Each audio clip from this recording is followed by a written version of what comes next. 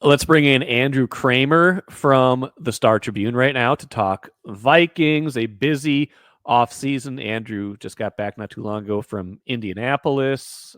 So, Andrew, how was the combine for you? It was good. It's always an experience. Always a late nights, early mornings kind of stuff. They get the college kids up obviously earlier than us with the 5-6 a.m. wake up calls and the medical exams, but then those guys end up getting to the media sessions. We're talking to Max Brosmer at 8 a.m. So after a long night, it's obviously it's useful, productive for both NFL teams and for media.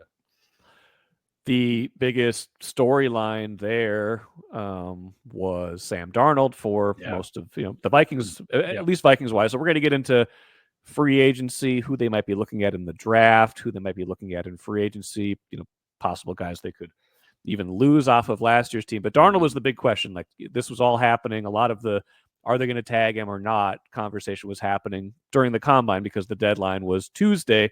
Vikings did not put the franchise tag on Sam Darnold, which basically means that they have a chance to sign him still, and it sounds like they are potentially interested at the right price, kind of like what they were saying last year about Kirk Cousins before he signed with the Falcons.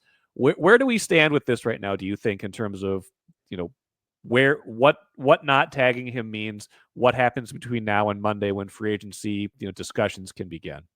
Yeah, we've discussed really ever since the season ended that they've been open to keeping Sam Darnold, whether or not it's, possible, depends on his market and what he ends up commanding. But the Vikings are going to have a line on him, a value on him. We don't know what that is. We didn't know what it was on Kirk Cousins a year ago. And obviously the Falcons came over the top.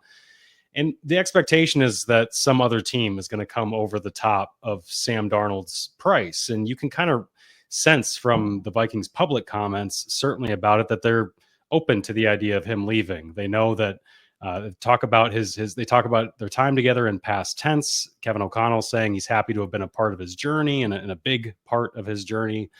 Sam's just set himself up to strike at this moment in free agency. He has never been this kind of commodity before. So, and there's more teams that need quarterbacks this time around than there are available starters in free agency. And on top of that, Sam is at a point right now in 2025 where the draft class that's running concurrent with him at the position is not great.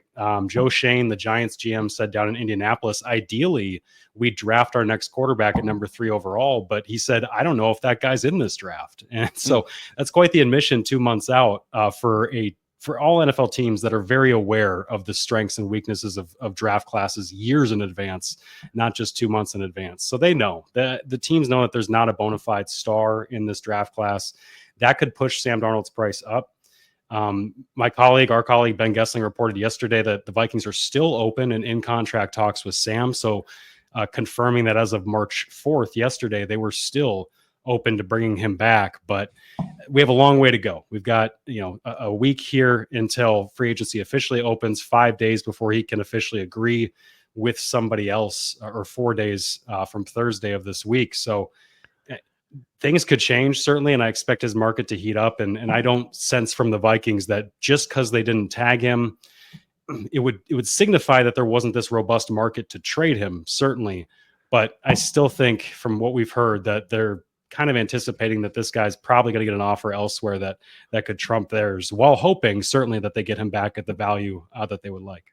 Yeah, I mean, that seems to make sense because, they're going to want him. Any kind of Darnold reunion here, I mean, unless we're completely reading this wrong and they would want to sign him to a multi-year contract and then kind of like make a different decision with JJ McCarthy. That doesn't sound like something that's in the cards. So any kind of Darnold coming back here scenario seems to be on essentially what would be a 1-year deal, because you don't want to keep, you don't want to burn too much of the JJ McCarthy, rookie contract type stuff. So he almost has to get to free agency to find out what his market is. Like, I don't feel like the Vikings are going to sign him sometime before Monday, unless we're just reading this all wrong, right? Because it has to be, he has to get to the market to find out what his market is fully.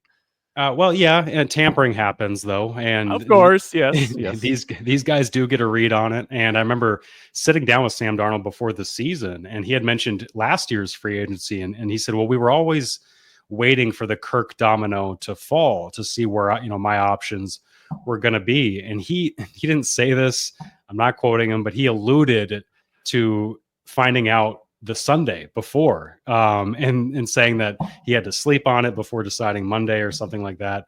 And it was just funny to kind of hear that from him, because things happen, things get, you get whispers, you get ideas of what your market's going to be.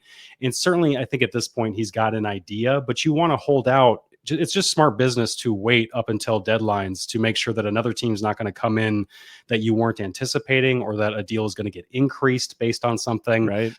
There's all kinds of things that can happen. So generally it behooves free agents to wait as long as possible until that market officially opens. So you kind of know, the money can't be gone until the money starts getting spent next week. So I think that's why it would help him to wait. So you're right. I don't expect him to agree to a deal before then. But at the same time, I do think he's got a decent idea of what he's looking at.